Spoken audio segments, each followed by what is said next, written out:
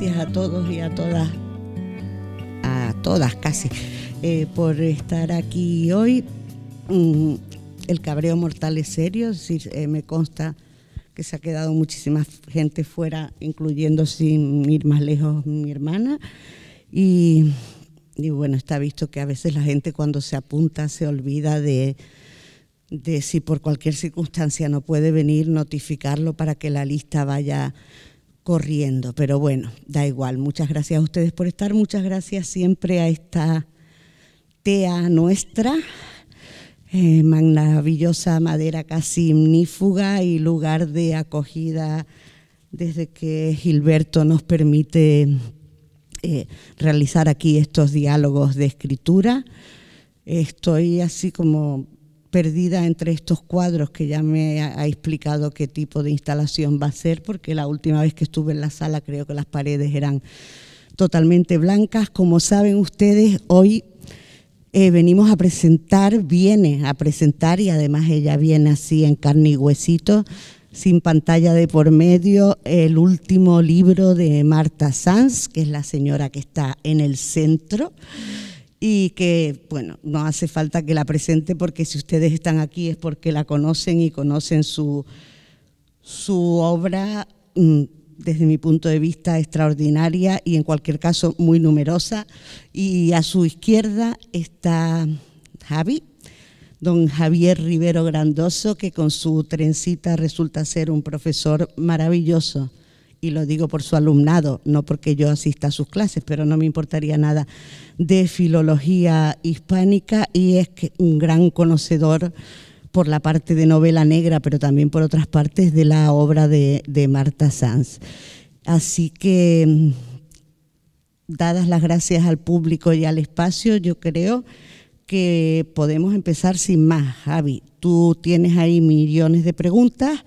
Supongo que Marta también querrá agradecer y luego puedes empezar el bombardeo y yo lo seguiré, con gusto además. Bueno, pues yo agradezco, no sé si se oye, porque con esto de las mascarillas y tal, yo ya no sé si se oye, si no se oye, si se ve, si no se ve.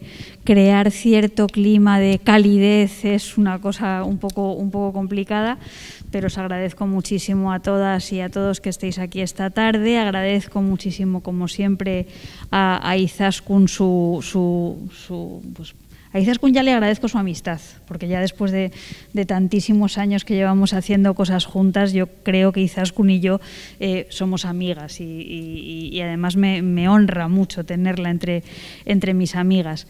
Agradezco desde la cercanía y desde la distancia de vida. Agradezco muchísimo a Gilberto que nos haya cedido este espacio y agradezco de antemano a Javier todo lo bien que se va a aportar, porque me consta, igual que Izaskun, que sus alumnas y sus alumnos tienen una formación excepcional gracias en gran medida a la exigencia de Javier, que es algo que ya no se usa pero que se debería usar. Me he puesto ahora en plan maestra cebolleta, pero bueno, no importa, da igual, está bien. O sea que muchas gracias.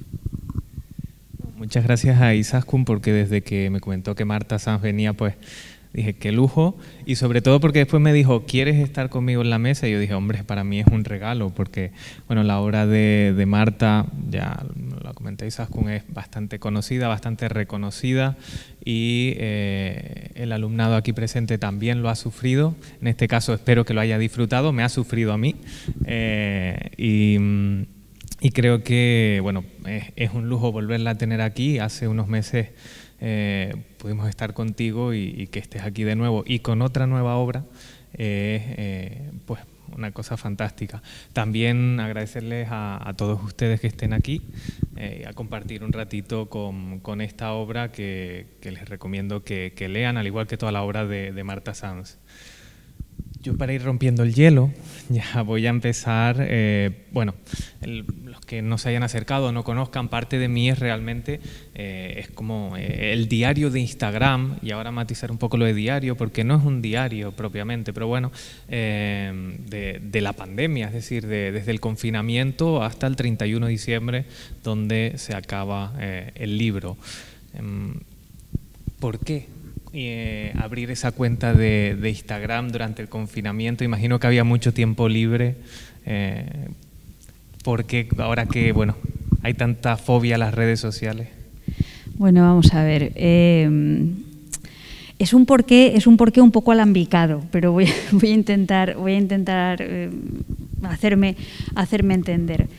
En primer lugar, es un porqué un poco alambicado, porque es cierto que yo tenía mucha fobia a las redes sociales y yo he sido siempre muy crítica respecto al modelo de comunicación y respecto al modelo de incluso de procesamiento de la información, al modelo de comprensión lectora, incluso al modelo de política que se genera a través de Internet. Yo siempre he dicho que a mí me interesaba mucho más una vida construida a partir de vínculos fuertes, de vínculos de proximidad, que los vínculos que se establecían a través de Internet tenían una debilidad que a veces podía ser peligrosa, que en Internet se confundía la máxima libertad con la máxima vigilancia, que el algoritmo era sospechoso, que no era neutro.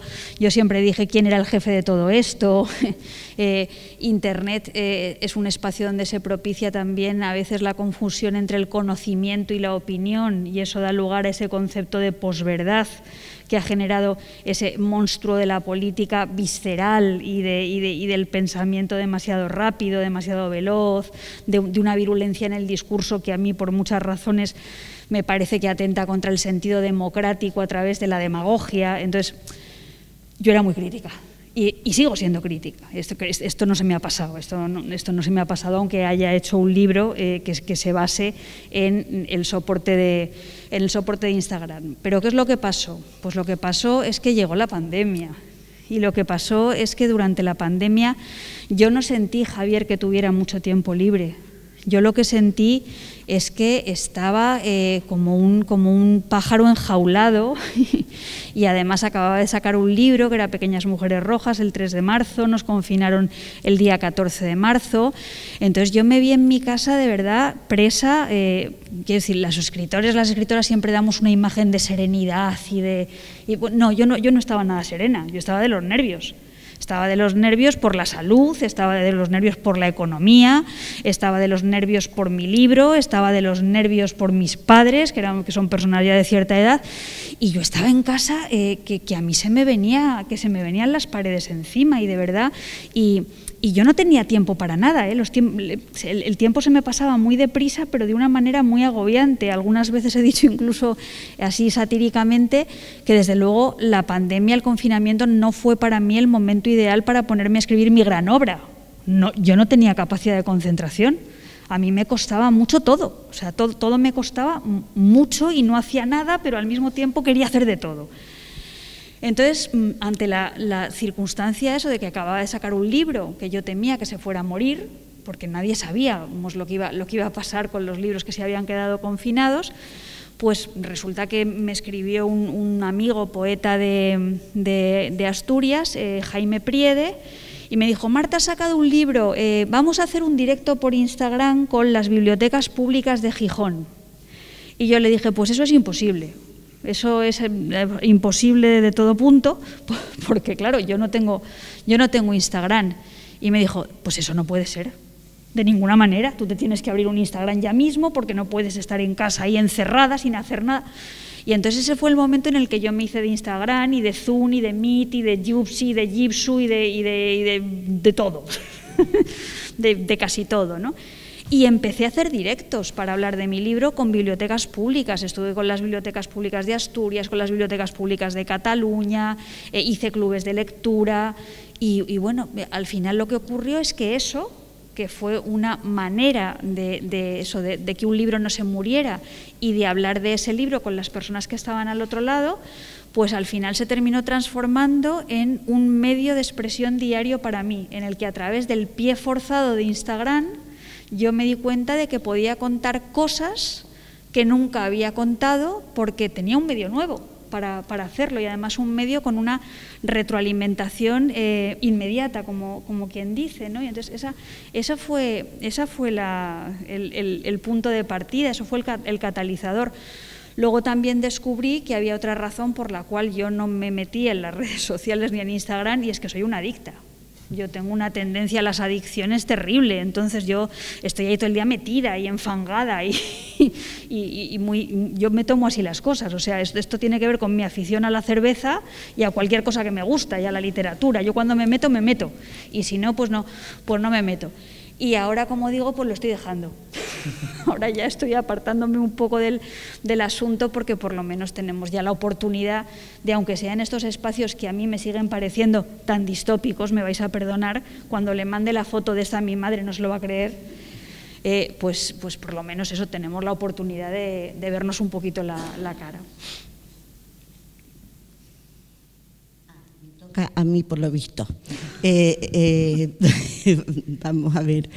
Yo empecé a seguirte en cuanto abriste el Instagram, porque además me llamó mucho la atención que lo abrieras, porque conozco tu aversión racional hacia el uso de las redes y es obvio que la mantienes, porque no tienes otras redes de esas que tanto se presume de ellas, y en tantos hilos que se abren, y críticas, insultos, razonamientos y todo tipo de cosas. Y al seguirte, pues me encantaba cada día ver qué estabas poniendo y cómo iban creciendo las entradas, ¿no? Porque efectivamente la primera entrada es prácticamente una frasecita y después los textos empiezan a ahondar en muchas cosas. Pero lo que quiero, Marta, que me digas es, ¿por qué este hashtag que le da título al libro? Porque a mí, desde que lo pusiste, más se discrepa conmigo, pero yo lo leí y en lugar de leer lo real, que es parte de mí, que es el hashtag que aparece en todas las entradas junto con otros, pero es el que le da sentido al hilo cronológico, yo vi a Camilo VI cantando Algo de mí, ¿no? Fue una cosa generacional, o sea, para mí enseguida, pero ¿y por qué el parte de mí? ¿Cómo te lo planteaste? Bueno, en primer lugar me gusta mucho esa mezcla de que de repente aparezca aquí Camilo VI, me parece lo más, me gusta, yo me declaro muy fan de Camilo VI, también me gusta Beethoven, pero me gusta Camilo VI. Yo tengo ahora dos argumentaciones sesudas hechas a posteriori para justificar por qué el libro se llama Parte de mí. Pero en realidad, cuando yo empecé a escribir estos posts, estos textos en Instagram, pues fue una cosa que salió. O sea, yo sabía que tenía que poner que dentro de lo que son los ritos y los códigos de Instagram hay que poner un hashtag, ¿no? Entonces yo dije, pues yo voy a poner, como también lo entendía como una cosa perecedera, digo, todos los hashtags que yo escriba se van a llamar Parte de mí, y no me lo planteé mucho más allá. Luego me he dado cuenta de que, claro, de que eso es muy coherente, por una parte, con mi concepción de la literatura autobiográfica. Yo llevo muchos años practicando un tipo de literatura autobiográfica en la que lo personal es político, y a través de la narración de las pequeñas cosas de una cotidianidad que tú sientes como real, que es la tuya, pues lo que intentas es reflejar la vida de muchas otras personas, y en ese sentido yo creo que los géneros autobiográficos tienen una resonancia política. Entonces, creo que los hashtags se llaman Parte de mí por eso. Pero luego también, y esto me lo hizo notar el escritor mexicano Juan Pablo Villalobos en la presentación que hicimos del libro en Barcelona, Juan Pablo me dijo, bueno, sí, eso está muy bien, parte de ti, partes de tu cuerpo, lección de anatomía, todo eso es muy coherente, pero yo esto lo he interpretado relacionándolo con la primera fotografía del libro, que es la caja de los hilos de tu abuela Juanita. ¿Por qué? Porque de la caja de los hilos de tu abuela Juanita sale un hilo que parte de ti, no es que sea parte de ti, sino que parte de ti como origen, y que tú lanzas a los demás, a las que están al otro lado, para romper ese espejo de Alicia. Y me di cuenta de que Juan Pablo Villalobos tenía razón, porque en definitiva este libro, y yo creo que es un libro primero sobre los cuidados, sobre cómo un libro que es Parte de mí es una cápsula, una crisálida, un invernadero para proteger otro libro que es Pequeñas mujeres rojas, y por otra parte es un libro que lo que quiere ser es un canto a la cordialidad, a los cordones, a la cordura y a la capacidad de tejer y a la capacidad de sacar mucha felicidad de las pequeñas cosas, sin que esa felicidad que se saca de las pequeñas cosas tenga que ser ni ñoña ni blanda. Y ahí está la parodia Instagram, porque es verdad que en Instagram hay veces una tendencia a presentar un mundo excesivamente fotogénico, excesivamente estilizado, y entonces pues desde ese punto de vista yo creo que el libro tiene un componente humorístico frente a los códigos con los que estás trabajando. Pero vamos, esto ya te digo fue a posteriori, pero ¿a qué mola la explicación? Mucho. Pues ya está.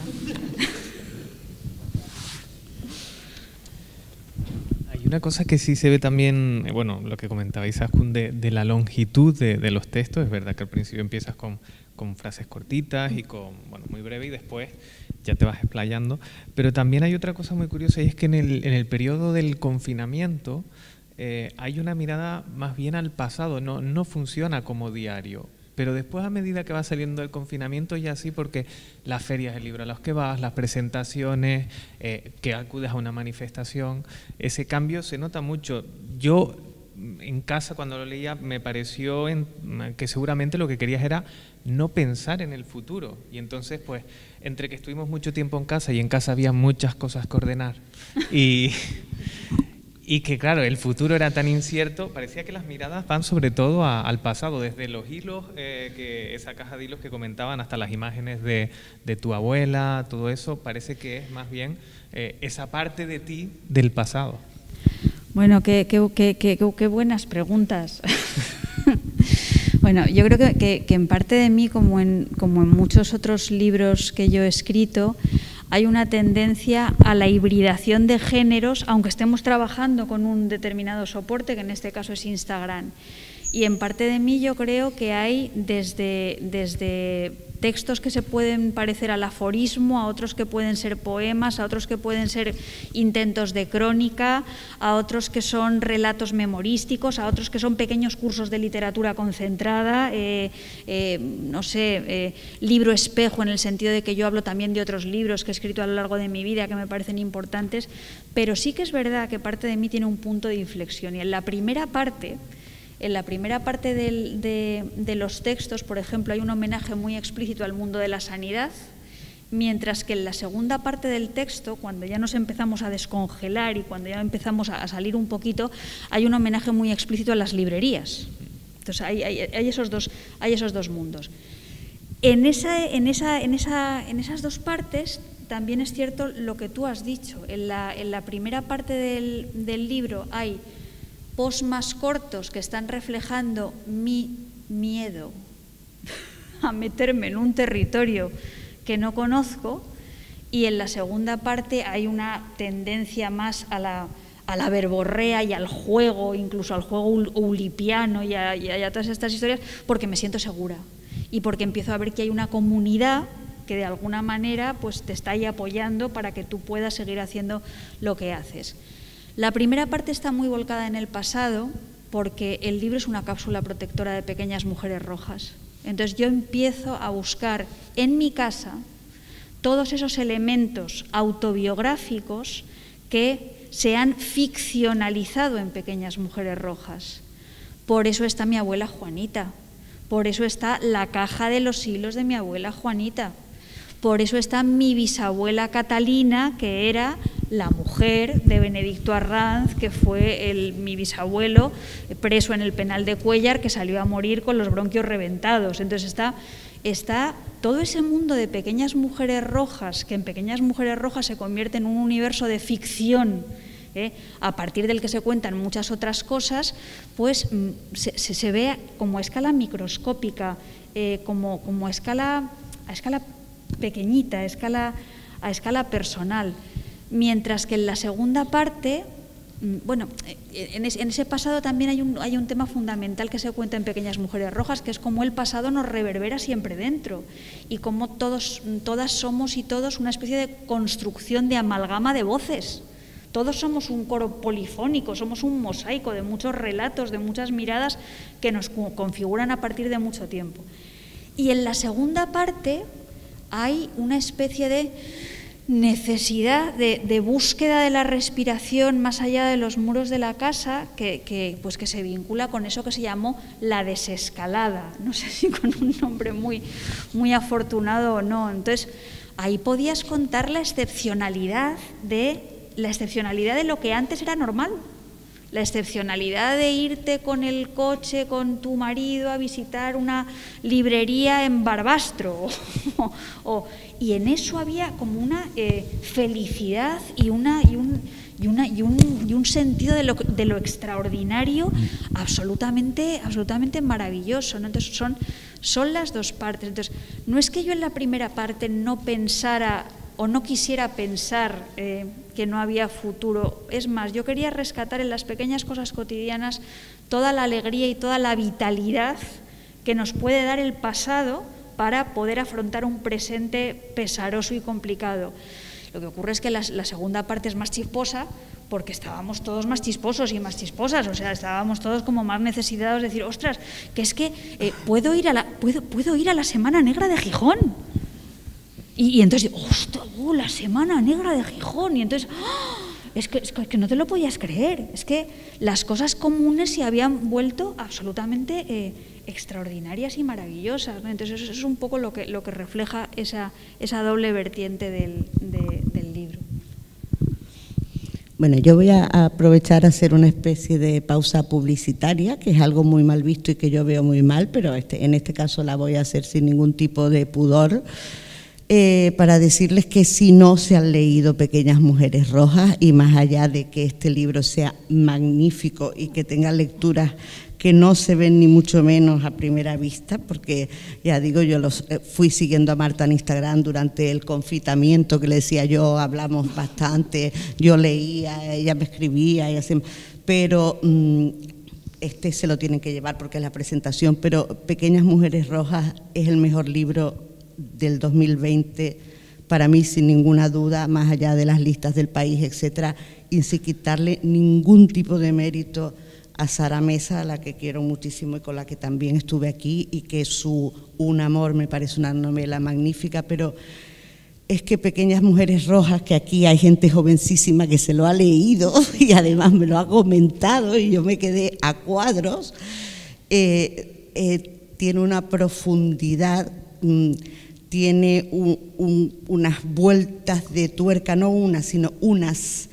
en cada una de sus palabras, y son muchas palabras, porque ahí Marta se pone barroca, que ella misma lo dijo, que de verdad me parece que es un ejercicio duro, no es un libro nada fácil de leer, es un libro, como ella misma advierte, lea despacio, es un libro que implica al lector, a la lectora, a estar ahí, no a pasar las páginas, no hay posibilidad de lectura diagonal ninguna, pero sinceramente se los recomiendo que se lo lean y se lo relean varias veces, porque me parece, dentro de la gran obra literaria de Marta, el libro paradigmático de toda la inteligencia de una escritora, del conocimiento de las trampas del lenguaje y de sus posibilidades, y de cómo bombardear, apuñalar no, pero pegarle puñetazos a quien lee y obligar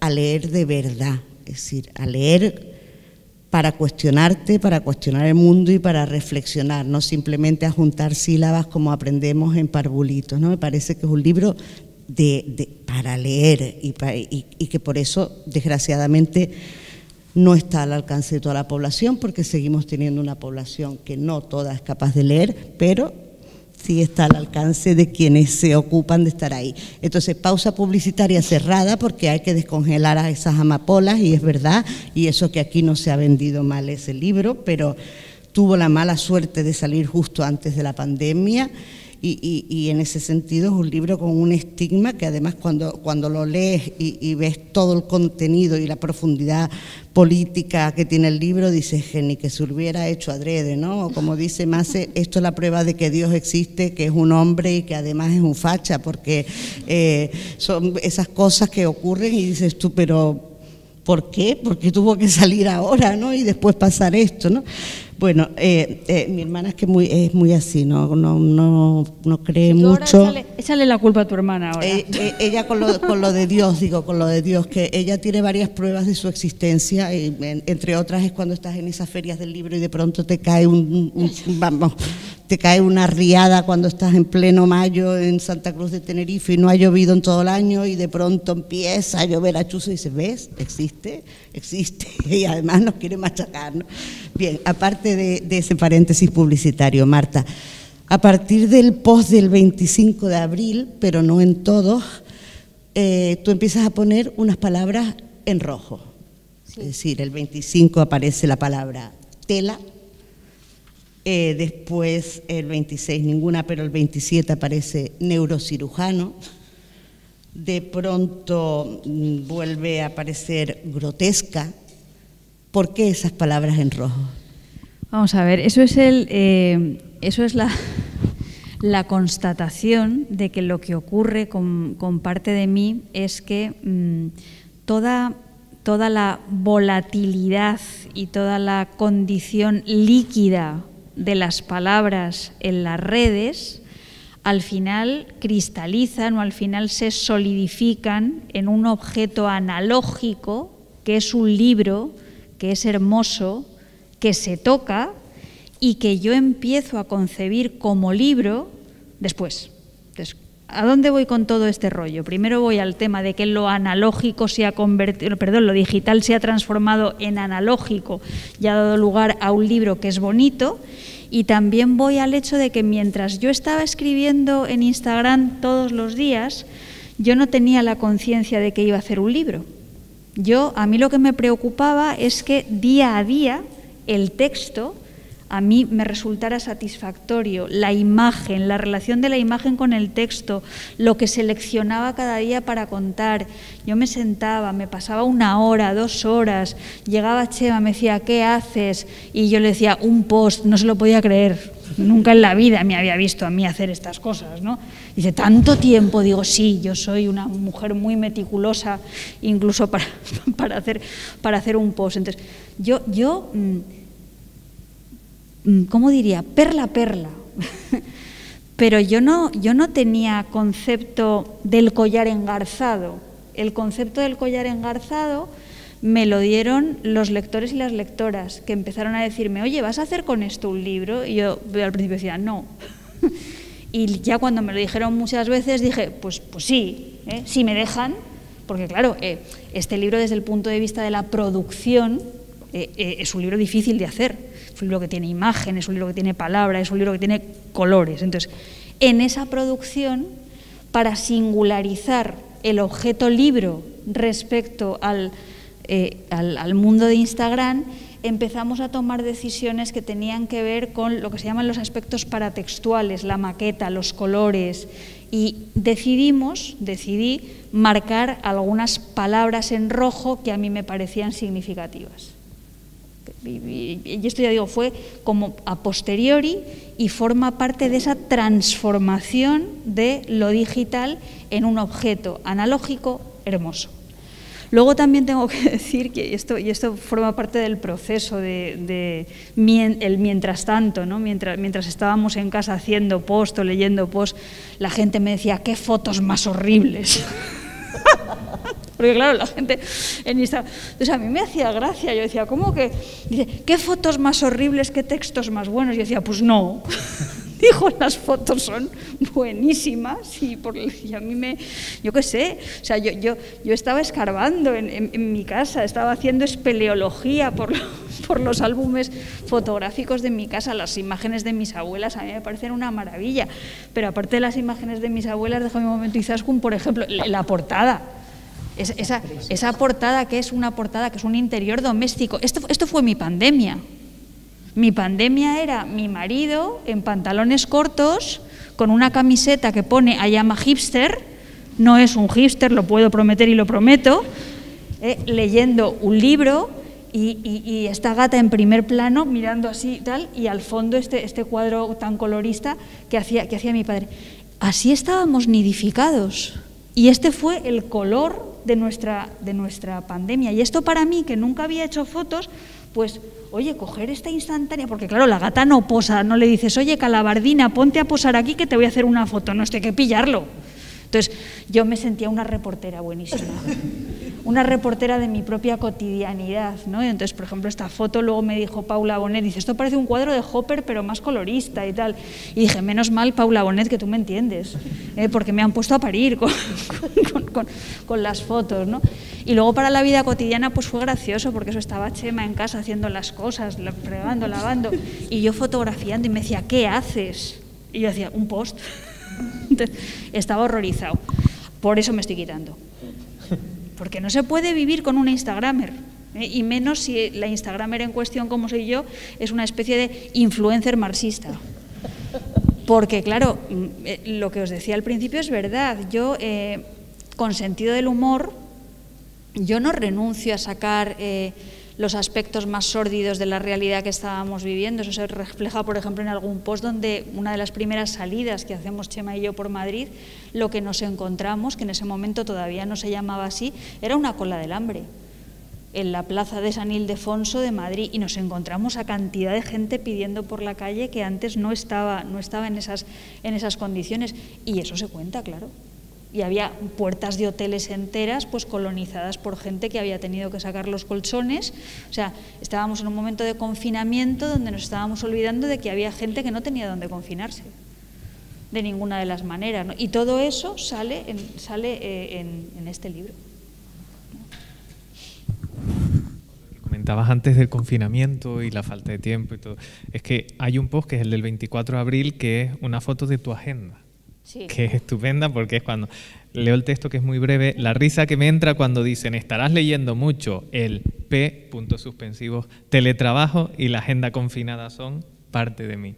Efectivamente se mitificó eso como que ahora era el momento de consumir pues ocio, consumir cultura, entretenimiento, pero había que seguir trabajando y teletrabajando en este caso. Y como Izaskun no lo ha dicho, porque ella es muy modesta y no quiere comentarlo, en la página 50 es que hay un post maravilloso que está dedicado a la librería de mujeres, y es la foto del escaparate con todas las obras de Marta. Pero, Javi, me he dado cuenta de que la librería de mujeres pertenece a Sanidad, porque Marta ha dicho que el homenaje a las librerías está en la segunda parte del libro y este está en la primera, y yo ya me he visto con el uniforme de enfermera puesto. La librería de mujeres es terapéutica.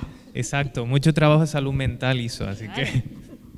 Y entonces le dedica, aquí pueden ver la imagen con el escaparate y un texto precioso. Este sí que es más extenso y no lo voy a leer porque así van y lo compran, en el que habla de Izaskun, de Mase, de Marga y bueno, pues la relación que tiene con Tenerife. También se vuelve a hablar más tarde cuando se hace una lectura, creo que es en un club de lectura de la librería de mujeres.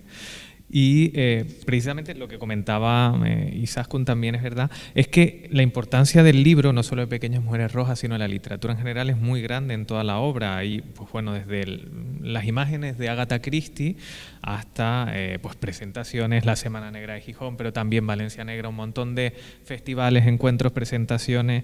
Parece que la literatura sí sirvió también como, bueno, no solo como trabajo, sino también como modo de evasión o de recordar otras lecturas. Bueno, has dicho muchas cosas, Javier, y yo quiero comentar muchas de las cosas que has dicho. Primero, lo de la agenda confinada. Hace poco estuvo aquí Remedios Zafra y a lo mejor alguna de vosotros o alguno de vosotros tuvo la oportunidad de escucharla. Remedios Zafra ha escrito un libro que se llama Frágiles, donde habla de las condiciones de los oficios culturales. y cómo a veces los oficios culturales que se presentan en la visión esa más fotogénica, más estupenda y más glamurosa, pues muchas veces son pasto de la precariedad y son pasto de la inseguridad. Entonces, el momento de la pandemia fue terrible, porque tú te encontrabas con una agenda en la que tenías compromisos de aquí a 6 meses y veías cómo todos esos compromisos se iban anulando, con lo cual pues tus expectativas económicas para ese mes se veían seriamente comprometidas, y al mismo tiempo se iban sustituyendo por otro tipo de ofertas más precarias a través de, si ibas a dar una conferencia por 400 euros a un sitio, como la ibas a hacer a través de un Zoom, te pagaban 100 y bueno, era como no te movías de casa, pero vamos, al fin y al cabo la conferencia la tenías que preparar igualmente. Entonces era estar todo el rato moviendo, haciendo, estando inquieta. Y quería sacar a colación el nombre de Remedios porque, claro, otra de los asuntos de los que se hace cierta parodia en este libro es de mi propio nerviosismo, de un nerviosismo que representa la compulsión que tenemos muchos autores y muchas autoras por estar permanentemente visibles. Tenemos la obligación de estar permanentemente visibles porque tenemos la obligación de estar permanentemente en el mercado y tenemos la obligación de estar permanentemente en un escaparate y tenemos la obligación de que permanentemente la ruedecilla del mercado apisonador cultural se mueva, porque si no desapareces. Desapareces. Entonces, Remedios Zafra habla de esa fragilidad desde un punto de vista crítico y ensayístico. Yo hablo de esa fragilidad desde un punto de vista autobiográfico y autoparódico, porque no sé cómo liberarme de esa fragilidad, porque no sé cómo salir de esa rueda, porque no sé cómo hacer las cosas mejor. Y eso creo que está bastante reflejado en distintos posts del libro y en lo que significa el libro en definitiva. Respecto a lo que estaba diciendo Javier de la cultura, claro, oye, mi oficio es escribir. Yo soy una mujer que para bien o para mal soy escritora. Entonces, una parte muy importante de mi vida tiene que ver con los libros, con la lectura, con la concepción de la escritura, con la caligrafía, con los esquemas que me hago para hacer una novela. Pero hay otra parte de mi vida que excede ese plano de la intimidad literaria y que se relaciona con la sociabilidad literaria. Estamos en un campo literario en el que somos seres gregarios que tejemos redes y somos sociables.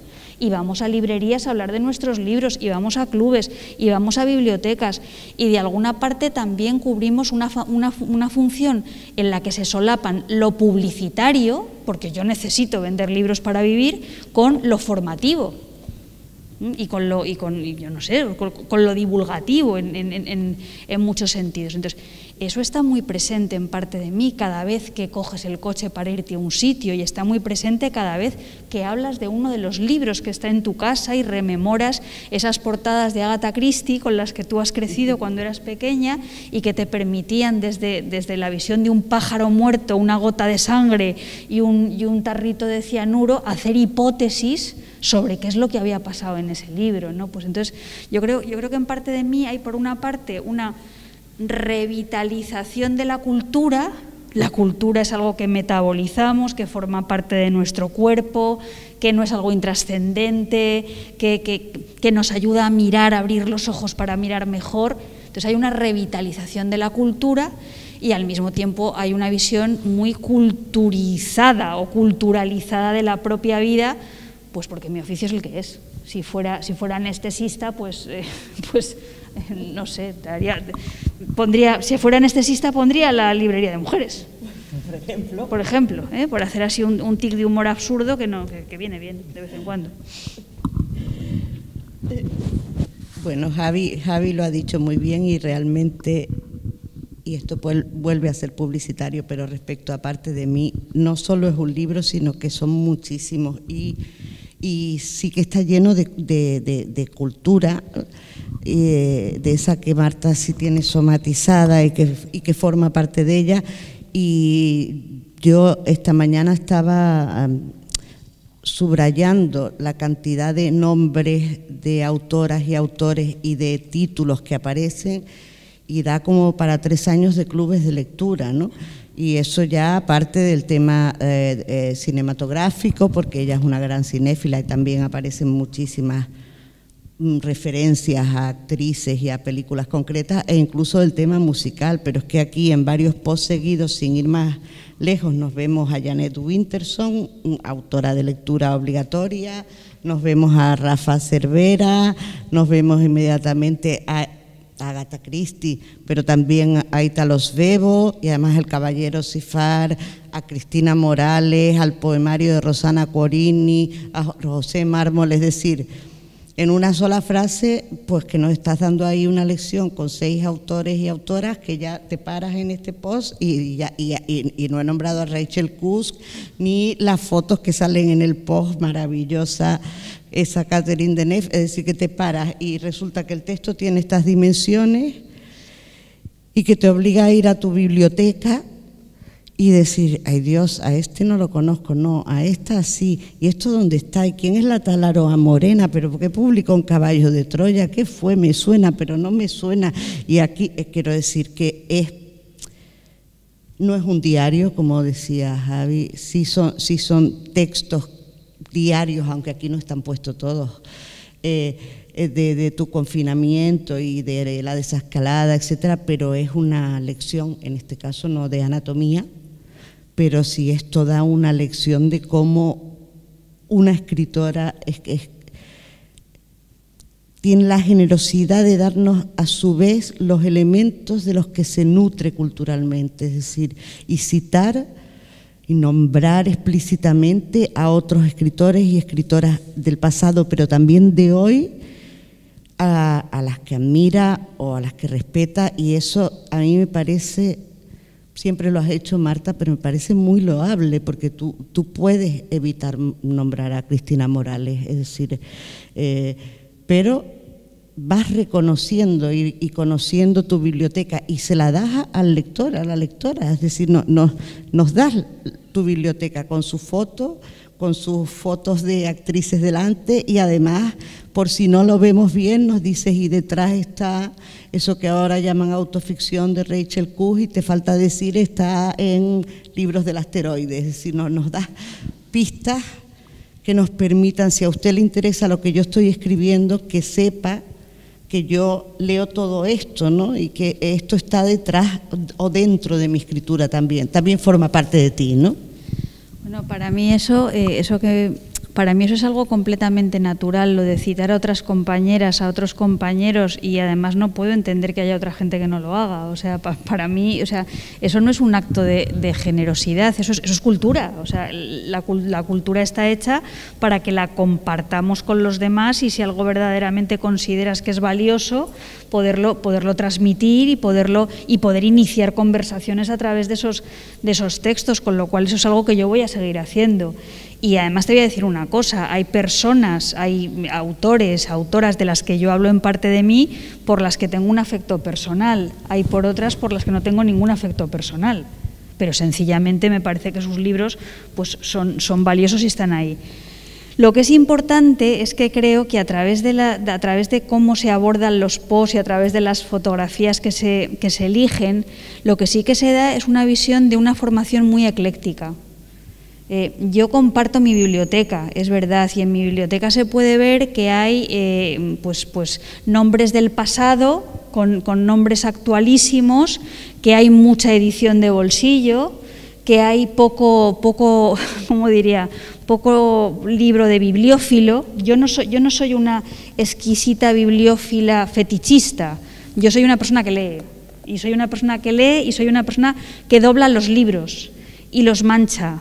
Y se ve cómo los libros que hay en parte de mí fotografiados están abiertos, y cómo al final de cada libro hay un resumen con letra de pulga pedorra. O sea, los libros son libros vividos. Son libros vividos, son libros trabajados, son libros con los que se ha mantenido casi un combate cuerpo a cuerpo. Y esos libros pues están mezclados en las estanterías de mi casa con las fotos de boda de mis abuelos.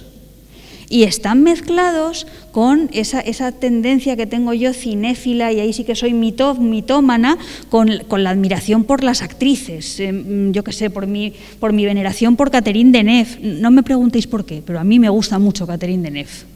Seguramente creo que es una de las grandes actrices del siglo XX y XXI. Ha trabajado con los directores y con las directoras más grandes. Entonces, todo eso está mezclado y está colocado al mismo nivel de una manera, si quieres, un poco posmoderna, porque es verdad que hay grandes nombres de lo que sería la cultura popular con nombres de la cultura grecolatina clásica, y al mismo tiempo pues eso, con una foto de Lina Morgan, yo qué sé, o sea, pues lo que son nuestros estímulos culturales diariamente, y todo eso pues forma parte de mí. Esto es lo que soy yo. Yo no me paso la vida leyendo a Sófocles. O sea, yo qué sé, yo leo a Sófocles, pero también leo a otros que no son Sófocles, yo qué sé. Pero sí, ya te digo, es una manera de reflejar un modo de vivir la cultura que yo creo que comparte mucha gente. Luego, fíjate, en ese mostrar la biblioteca, que está mostrando también un modo de leer, vuelvo a insistir, leer con cuchillo y tenedor, leer con el lápiz, leer manchando y manchándote. Pues hay muchas personas que, como os decía antes, han visto un curso de lectura. O sea, hay gente que ha dicho, pero si es que esto es un taller de escritura literaria, si es que esto es un taller de lectura, si es que tú estás mostrando cómo se hace el esquema de una novela, entonces, es verdad que en el libro hay mucho de eso. Y luego una cosa que tengo que decir, porque si no reviento con esto de las fotos. Yo descubrí lugares de mi casa que yo no me imaginaba que estuvieran en mi casa. Yo de repente, cuando vi que tengo en la entrada de mi casa hay un espejo que estaba ya en la casa cuando la compramos y que ahí se quedó. O sea, no es un... Y vi que en el espejo se reflejaba toda esa biblioteca. Yo ahí vi de repente, ostras, digo, pero si yo vivo en Alicia a través del espejo, si yo vivo en un cuento de Jorge Luis Borges, ¿qué me pasa a mí? ¿En qué sitio estoy viviendo, ¿no? Entonces, me pareció una cosa maravillosa en el fondo, pero también me dio miedo, ¿eh?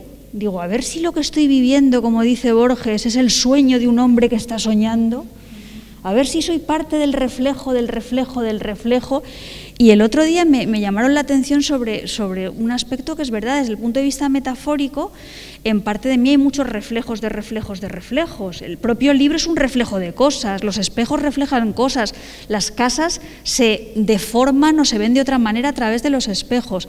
Y la idea del reflejo dentro del reflejo, por mucho sentido del humor con la que la queramos abordar, es una reminiscencia de la muerte. Y estábamos en tiempos de muerte. Estábamos en tiempos de enfermedad, estábamos en tiempos de incertidumbre. Entonces, con todos, yo no sé si habéis, yo qué sé, montones de historias de terror tienen que ver con los mundos paralelos, los mundos que hay detrás de las paredes, los mundos que hay detrás. Y yo estaba descubriendo ese mundo en mi casa. Y claro, certifiqué algo que ya intuía, que es que cualquier realidad vista en primer plano a través del microscopio, por una parte es común, pero por otra parte se hace extraña. Entonces, en el libro todo el rato se está jugando con la idea de que las cosas pequeñas cotidianas son importantísimas, pero al mismo tiempo se está jugando con la idea de que esas cosas pequeñas cotidianas observadas en un primer plano se convierten en algo monstruoso o hermosísimo o indescifrable, ¿no? Entonces creo que ese es el hilo conductor de muchos de los posts de parte de mí. Comentabas también el tema de lo de Instagram, de tomarlo en serio, sí, ¿no? Y hay una anécdota muy divertida que yo creo que ya influye también en cómo se percibe Instagram y las redes, y es que una prima tuya te dice que ni se te ocurra subir esa foto a Instagram, y creo que algo parece que comentas con tus padres que te dicen esta foto aquí no, esta foto, y tú que sí, que esto es mar y montaña, y bueno... ¿Hubo mucha gente que te dijera cómo subes esa foto? Y lo contrario también, ¿por qué no has subido nuestra foto que queremos también nuestro post? Bueno, esto de ¿por qué no has subido tal si has estado en tal sitio y has contado? Esto sí que ha pasado después. Pero cosa que me ha sorprendido muchísimo porque yo tenía mucho miedo a lo otro, a que la gente dijera ¿por qué me has puesto si tal, por tal? En este sentido, fíjate, en Instagram se va en las prevenciones sobre sacar a una persona que no eres tú misma en Instagram, se va un paso más allá de las prevenciones que se tienen cuando se habla sobre literatura autobiográfica. A mí muchas veces me preguntan, oye, ¿y qué piensa tu madre de que le hayas sacado en un libro? Oye, ¿y qué piensa tu marido de que le hayas sacado en un libro? Oye, en Clavícula, que es que sale tu ginecóloga. Y te digo, sí, mi ginecóloga presentó Clavícula en Madrid, de hecho, y está muy orgullosa de ser mi ginecóloga sobre todo y de salir en Clavícula además, ¿no?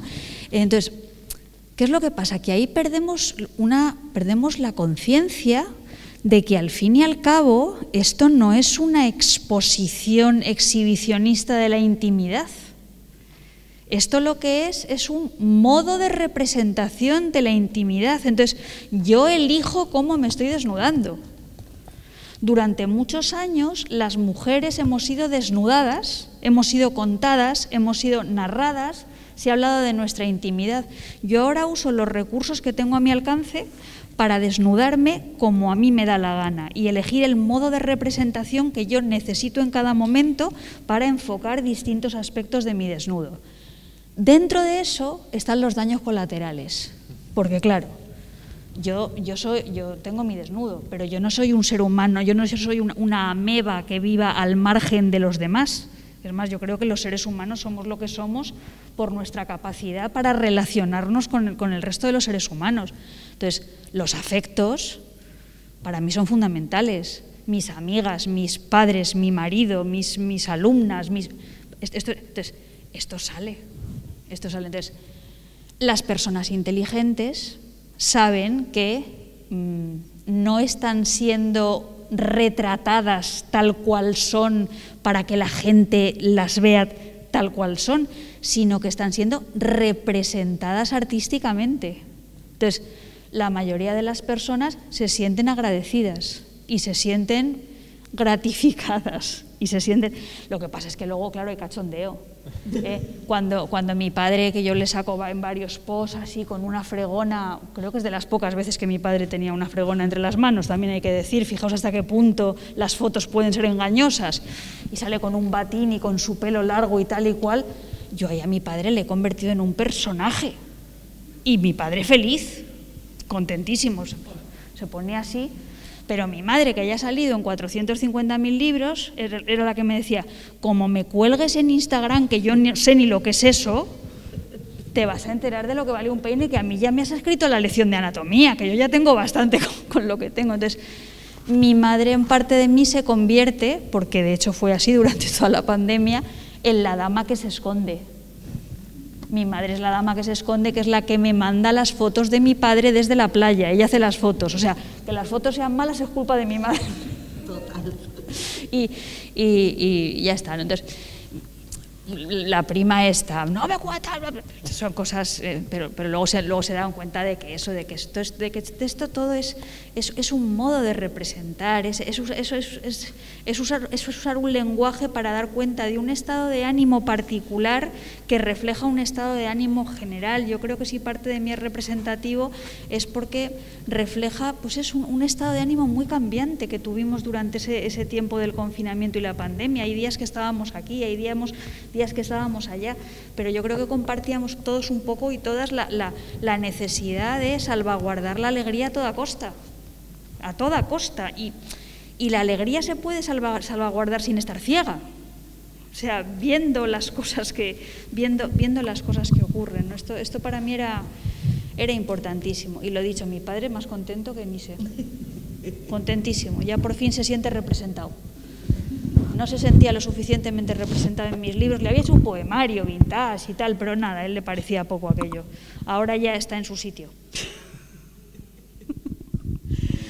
Bueno, Bueno, voy a dejarte las preguntas últimas a ti, que no sé qué hora es, Javi, pero Marta tiene una costumbre que yo voy a empezar a usar, pero que hoy incumplo, que es que le encanta leer los finales de los libros en voz alta, ¿no? Sí, me encanta destripar los libros.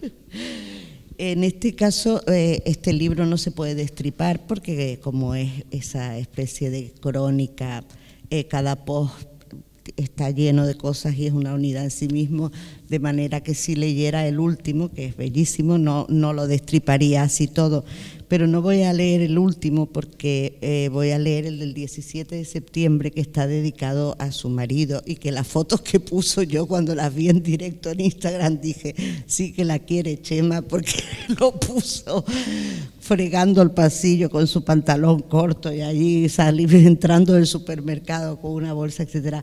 Pero lo voy a leer porque como ella ha dicho, se trata de una representación, es decir, esto no es el diario de alguien que se pone a escribir su intimidad ni a simplemente desfogarse.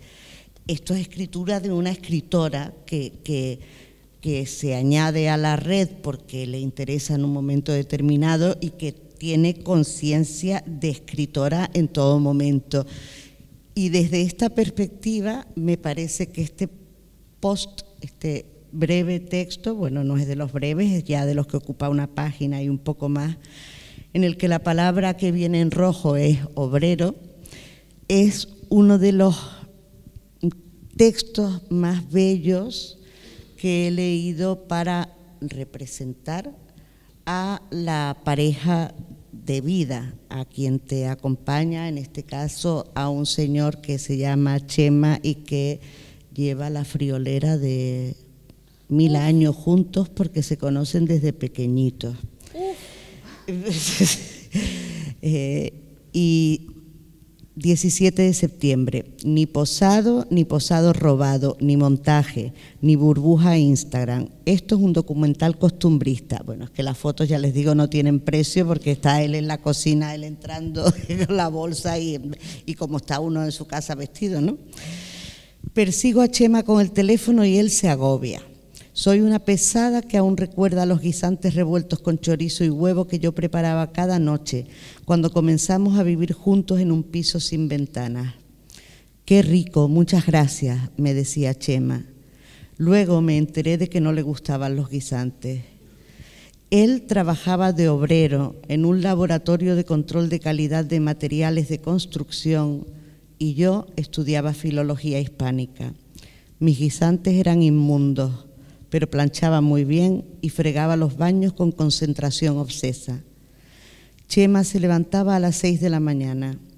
A mí me gustaba jugar a las casitas y estudiar.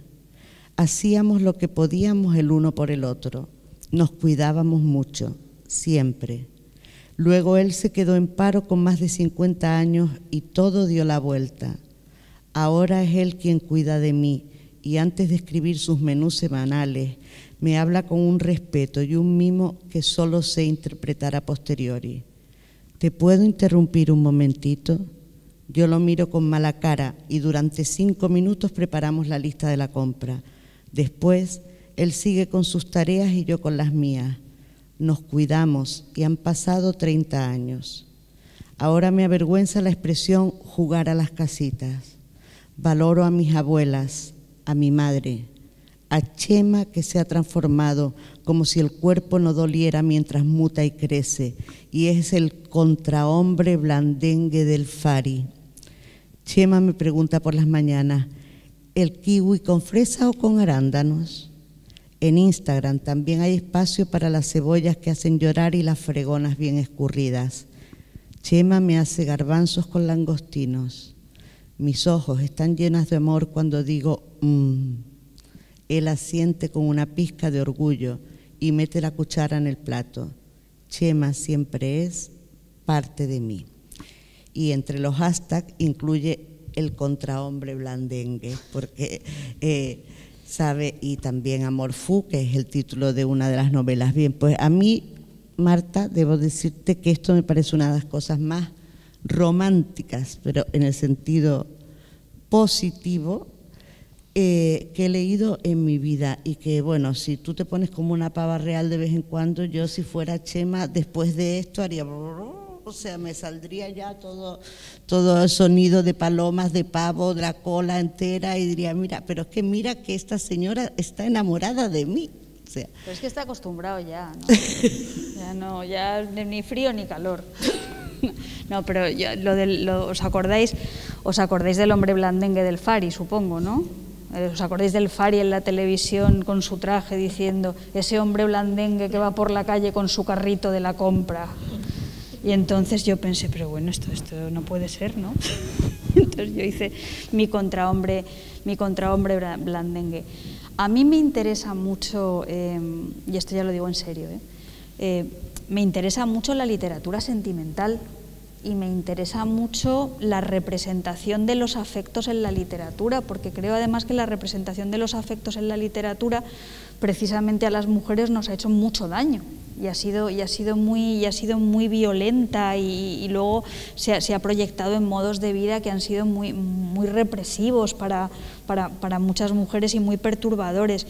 Entonces yo llevo ya muchos años intentando representar los afectos de la vida en pareja de otra manera, de una manera en la que se haga el énfasis en esa fascinación que pueden producir los cuidados y la convivencia y el cambio de papeles en un momento determinado por circunstancias de la vida y la no feminización sistemática de los cuidados, porque la vida da muchas vueltas y hay veces que la mujer puede cuidar y hay veces que no puede cuidar y no pasa absolutamente nada, no por eso el hombre se convierte en el hombre blandengue del Fari, ni muchísimo menos, ¿no? Entonces, yo escribí un cancionero que se llamaba Cíngulo y Estrella, que hablaba de esa representación distinta de los afectos. Amor Fou es una novela entera que habla de esa idea comercial del amor fou salvaje, loco, triangular, sadomasoquista, y frente a ese amor que luego es las 50 sombras de Grey y cosas mucho peores, pues que hay otras maneras de que las personas se quieran, ¿no? Entonces llevo años en ese porque forma parte de mí, o sea, porque yo soy una escritora que habla de lo que conoce. No sé, yo por ejemplo nunca podría ambientar una novela en una ciudad que no conociera. Con esto no estoy desacreditando a la gente que por ejemplo utiliza el Google Maps para escribir una novela. A mí me parece muy bien, si tú lo sabes hacer, estupendo. A mí eso no me interesa, a mí me interesa hablar de las cosas que conozco muy bien y sobre las que he pensado muchas veces, y me interesa hablar sobre las cosas que sé cómo huelen, cómo saben, cómo se oyen, y que puedo ver por delante y por detrás y desde distintas perspectivas, y desde ahí imaginar otras realidades alternativas. Entonces, ese mundo de los afectos forma muchísimo parte de mí y, por tanto, forma muchísimo parte de los libros que escribo. Y Chema está hasta las narices ya, te insisto, está completamente inmunizado a este tipo de declaraciones amorosas, y luego cuando la gente llega a los sitios y le dice, ay Chema, mira, fíjate, dice, ya. Y se queda más ancho que ancho y no sabe lo que tiene. En fin. Yo tengo una cosita más y ya. Claro, esto de la parodia de Instagram es muy divertido porque hay aquí una mención donde yo creo que acabaste claudicando. Y a mí me hizo mucha gracia acabar viéndolo porque el 8 de mayo es muy bonito porque, claro, dice, nos casamos porque nos dio la gana. Bueno, es una foto de la boda entre Chema y Marta. Y comenta, bueno, nuestras 3 décadas juntos y el besuguito que nos vamos a comer hoy mirándonos a los ojos, y que no voy a fotografiar porque las fotos de comida me dan yuyu, ese amor y esa raspa son parte de mí. Esto es el 8 de mayo. Pero y ahora me vas a sacar los macarrones. Las fotos de comida de los macarrones, claro. Es que no podía ser una buena Instagramer sin el 20 de mayo esas fotos de los macarrones gratinados con parmesano que aparecen el 20 de mayo. Ahí ya te venció el poder de Instagram, ¿no? No, porque ya había sacado una flor. Ya había sacado una flor, un jazmín que dije, sí, soy la Instagramer perfecta, ya tengo una flor. Entonces decidí sucumbir a los macarrones, porque ahí en esos macarrones en el fondo hay mucha perversidad. Porque lo que yo quería es mostrar cómo los filtros de Instagram pueden convertir a unos macarrones en una especie de alimento radiactivo. Entonces, los filtros de Instagram son tremendos, o sea, dependiendo del filtro que le pongas a qué cosas, pues la realidad se convierte en eso, en algo lisérgico, radiactivo, rarísimo. Entonces, eso quise hacer yo con esos macarrones, de repente. Es más, muchos amigos míos me dijeron, ¿pero os los comisteis de verdad? Digo, hombre, claro, estaban buenísimos, es que tienen un filtro. No, mis macarrones son exquisitos. Que de hecho el post empieza diciendo, ¿hay algo más hermoso? A ver, ahí pues... Eso forma parte también de esa épica de lo cotidiano, o sea, frente a, oh, la flor, oh, la montaña, oh, el ocaso y la luna rosa, los macarrones. Los macarrones, una cervecita abierta en casa al atardecer, el precio justo, no sé, un sofacito compartido con alguien con quien tenga ganas de estar. Es que tenemos un prejuicio de sublimidad, que claro, así estamos, hechas polvo. Pues no, yo soy una persona modesta en mis expectativas de felicidad y así estoy. Claro, es que tu subliminalidad pasa hasta por Almax, Carvea, Sinalar, Nasal y Rectal, Manazul, la enumeración de los productos del botiquín, es decir, oiga, y qué bueno, ¿eh? Yo soy una porque escritora... cuando no los tienes... Hombre, claro, cuando no los tienes lo echo mucho de menos. Yo cuando me hago mi maletita para viajar a Canarias, lo que primero me meto es el botiquín, claro, dando cuenta de mi naturaleza adictiva, hipocondríaca y también constatando que soy una mujer materialista con una gran conciencia de su cuerpo. Somos nuestros botiquines y nuestras neveras, que esto ya lo conté yo en el cuento aquel de Retablo, somos con lo que nos drogamos. O sea, si tú tomas Almax, eres una persona diferente que si no lo tomas. Esto está claro, tu constitución físico-química cambia. Y yo uso muchas de estas cosas. Y me desnudo con estas cosas. ¿Qué tomáis vosotros? Aquí no es fácil, no es fácil. Levantando la mano los de los orfidales. Vamos, quienes tienen... bueno, no sé si alguien del público, espero que sí quiere hacer alguna pregunta.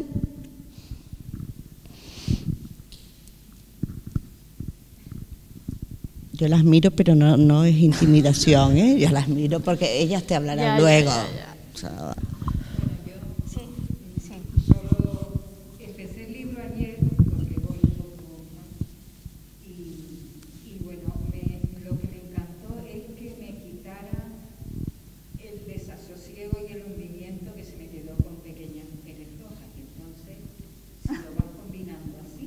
yo lo leeré todo, pero me iré manteniendo más o menos en pie y enhorabuena por el anterior y por bueno, por todos los demás, pero ese libro deja a la gente muy tocada y yo conozco a quien no se lo pudo terminar. Sí.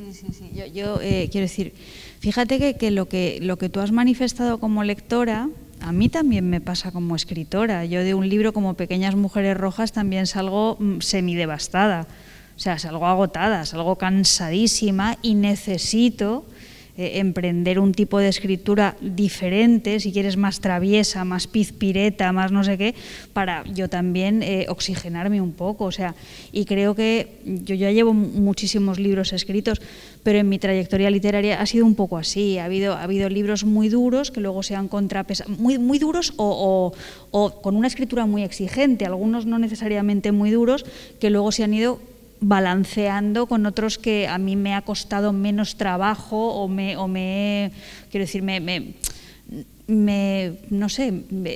han dolido menos.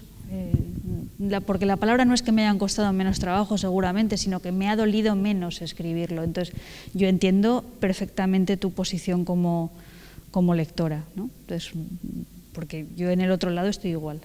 Pero bueno, como somos fans, seguiremos contigo. Bueno, por muchas. No te vas a librar de mí. Bueno, pues ya eres parte de mí. El día menos pensado, por ahí saldrás, ya verás. Cualquiera.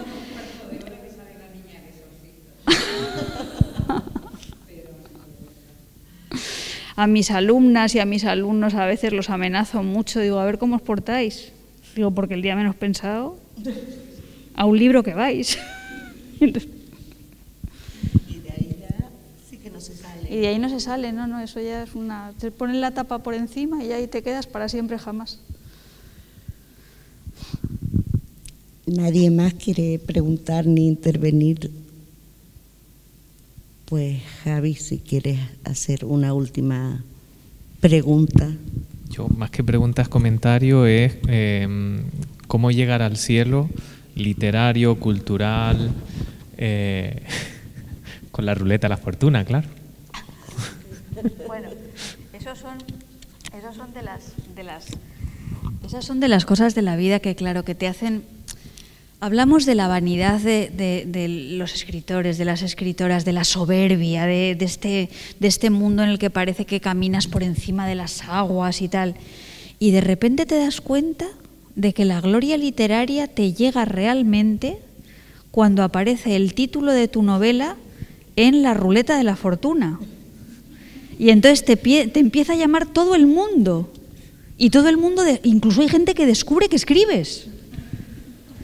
Y entonces dices, pero madre mía, si yo llevo 25 años de carrera, y entonces la ruleta de la fortuna es lo que a mí me hace escritora. Y lo peor de todo es cuando ya la soberbia se te cae al suelo y te llega toda la humildad de golpe, cuando encima de que ponen el título de tu novela en la ruleta de la fortuna, el concursante falla. Porque naturalmente no tiene ni idea de que ese libro lo has escrito tú, ni de que tú eres una escritora que se llama Marta Sanz. Entonces, con estas cosas convivimos a diario y hay que reponerse, ¿no? Entonces, yo he decidido, claro, si no te tomas estas cosas con sentido del humor, pues te da un ataque, te da algo, te da un infarto, entonces me hizo muchísima gracia y dije, bueno, esto va a Instagram de cabeza, o sea, rápidamente. Y no me acuerdo quién me mandó la foto, porque además yo no lo había visto, o sea, no lo vi en directo. Alguien me debió mandar la foto, pero claro, fue una cosa tremenda, claro. Que además es un buen cierre para el libro porque, bueno, la primera parte es precisamente descongelar las amapolas, ese sufrimiento del libro que se ha quedado ahí en las cajas de las librerías que no se puede vender. Y ya llegando hacia el final vemos que ya es súper conocido hasta en la ruleta de la fortuna. Es decir, no por el participante, pero ya está en el prime time de la televisión. En el libro hay, yo creo que ese tono agridulce todo el rato. Yo creo que hay algunos fragmentos que son muy divertidos, otros fragmentos son un poco más amargos, pero aparte de hacer la parodia de Instagram, yo creo que también hay una conciencia autocrítica permanente, que es la que te permite poder practicar la escritura autobiográfica más allá de la soberbia, la vanidad y de todas esas cosas que te pueden colocar en un lugar un poquito extraño. De todos modos, últimamente yo me he dado cuenta también, aparte de lo que os he contado de la autobiografía como género político, como representación de lo grande a partir de lo pequeño y todas estas cosas, que claro, nosotros somos una cultura muy marcada por la tradición judio-cristiana. Y no solamente por la tradición judío-cristiana, sino por la moral nacional católica franquista. Y en ese sentido, hablar desde el yo siempre es un ejercicio de soberbia. Entonces, a eso me apunto. Yo hablo con esa lengua de los diablos.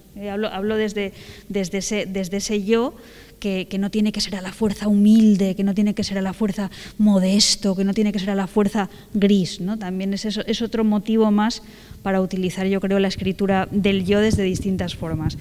Y luego lo que yo quiero decir es que para mí Instagram, más allá de la red en la que he conocido, y esto sí que quiero apuntarlo, a gente estupenda, he conocido a gente estupenda a la que no pienso renunciar aunque me aparte de las redes.